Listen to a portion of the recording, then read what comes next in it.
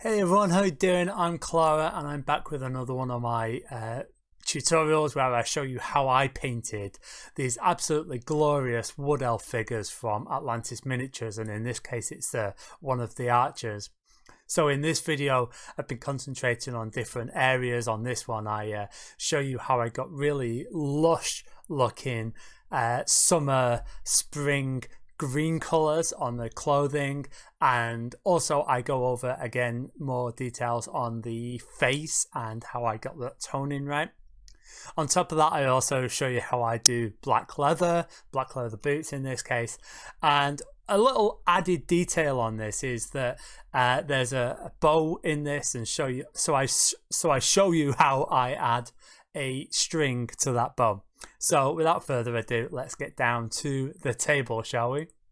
First thing you've got to do is sort of consider what colours it is you want to paint your minis, and obviously if you've got forest elves then you want them to be woodland colours.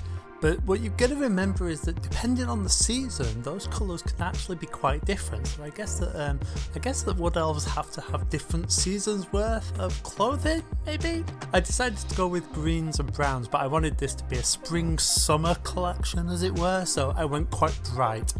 I started by painting the cloak. I used a brown, and I'm using my wet palette here. If you're not using a wet palette, just make sure your paint's thinned down. Make sure you're really pushing the paint into the details. As I said last time, these models have got really beautiful details and raised embossed areas on the cloak. Don't let your paint pool. So you want to have it nice and thin so that you're not accidentally covering up those details with a thick layer.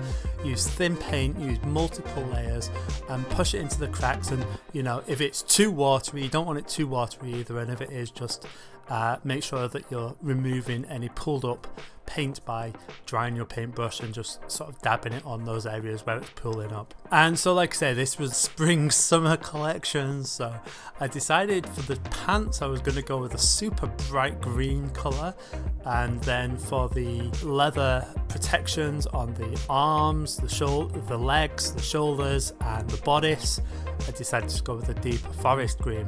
The darker leather type thing, I don't know how you get green leather. I guess you've got to dye leather, but hey, that's not for me to worry about. That's for these elves to worry about. But yeah, I went round them because they had these raised embossed sort of areas where the overlapping panels of this leather were, and so I used the same sort of bright green on those areas, and I thought that it gave it this nice popping out look, so you could really see that it was built up on multiple panels in this armour, and I just thought it looked really cool.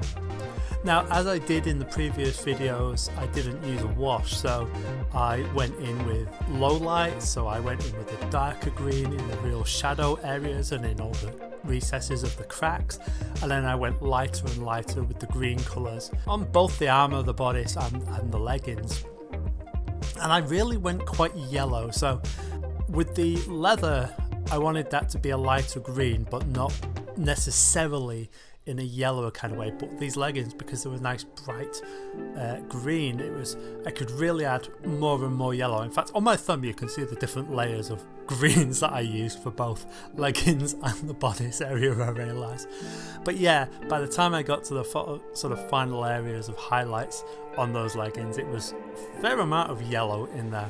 And as when you're doing the highlights, as I've talked about in previous videos, you know, the top of the knee where it's raised, that's going to catch a lot of light. Maybe the area of the trousers where the cloak has folded back is going to catch light, but maybe further up, or certainly the underneath of the legs, they're not going to catch the same sort of light.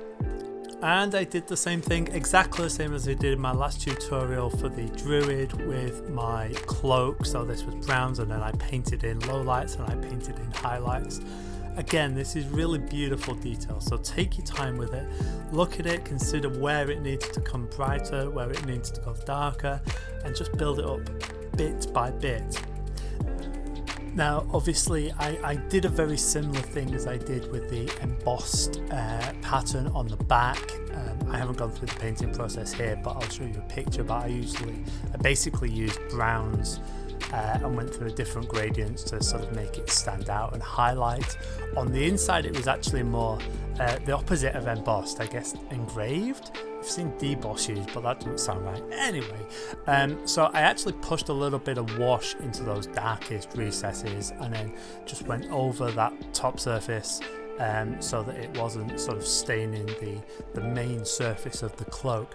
And then I went in with my brightest highlight to pick out the inside of that detail and just get it to sort of pop out a little bit. Fairly subtle, but that's exactly what I want. I don't want it to be huge. And then I just made sure that, yeah, like I say, I highlighted, and again, the hood and the folds of the cloak. It's just a joy to paint. It really is. Again, just think about where the sun's going to hit it, especially the edges and anything that lifts up towards what might be the sun.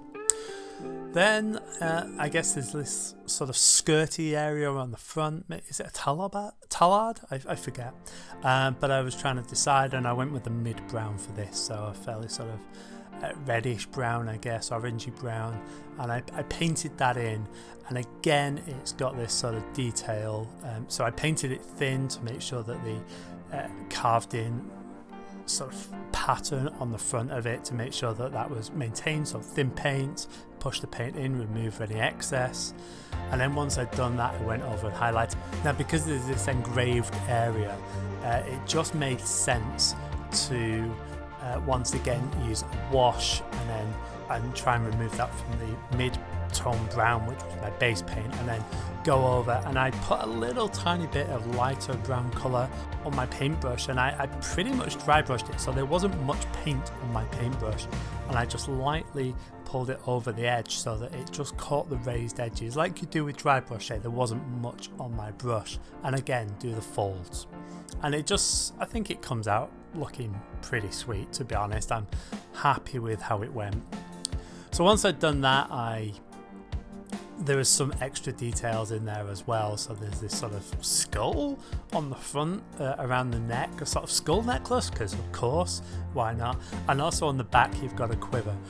And even though one's a skull and one's sort of going to be some sort of leathery thing, I did them fairly similar, to be honest. It's similar sort of browns.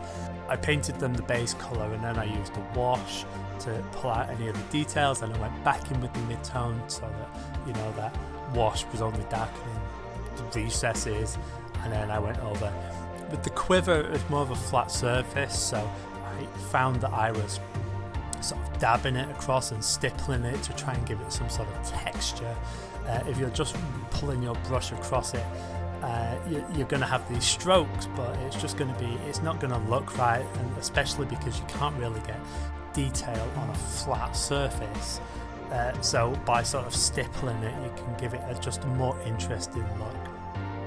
The boots I painted black, and then I've talked about this before, but you often hear people saying that if you want to paint blacks, you don't paint it black. Well, I actually like to start with black and then I build up the highlights, so I don't use washes. So then I just gradually add in slightly more and slightly more grey as I go along, so it's just getting lighter and lighter, but then I just patch it where I want it and the areas that are catching the light.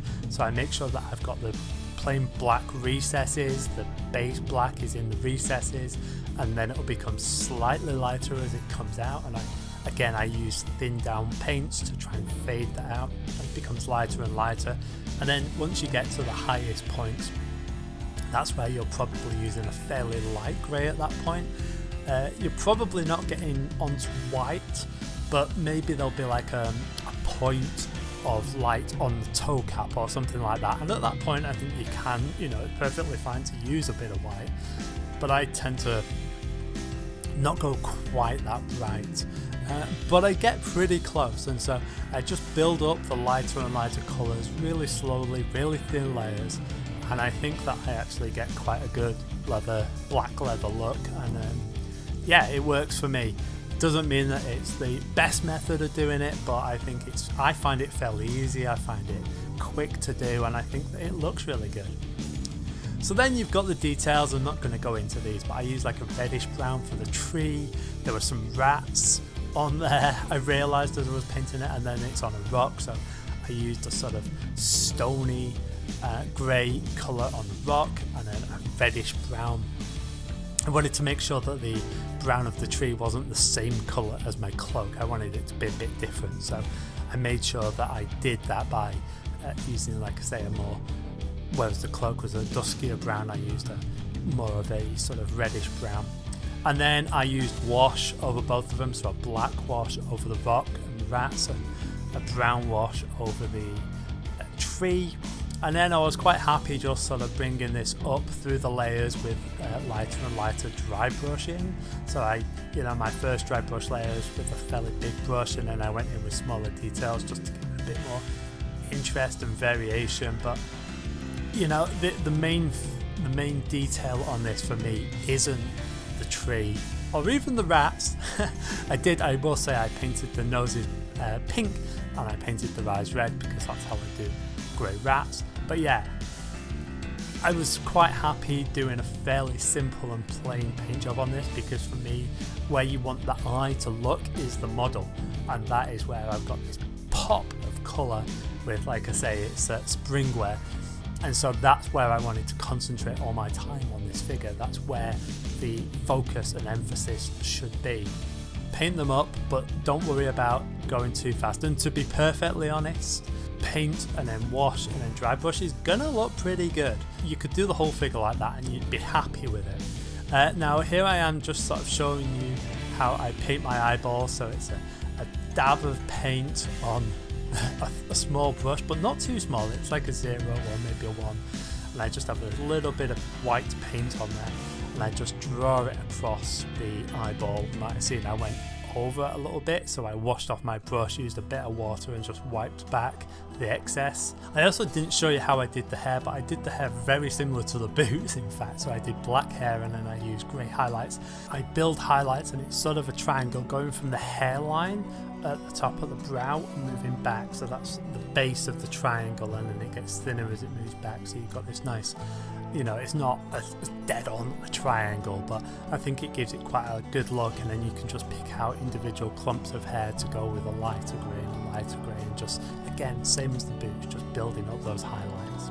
And then I got on to painting the skin. So I've gone over me painting the skin in the past, but around the temples of the hair I've got like this darker brown, and then a little bit in the brow and above the bridge of the nose. And so I'm just sort of putting those highlights where they are. I'm just doing thin layers, and then underneath the cheekbones and maybe on the sides of the chin, and then as you get to the sort of jawline, the cheeks and the bridge of the nose, you want to come lighter and lighter. And it's the same with the muscles in your arm. I mean, just look, even if you've not got well-defined muscles on your arm, you can still probably see that where the muscles are, and so it'll be darker where those muscles are joining, and it will get lighter as you get onto the sort of the top of the muscle.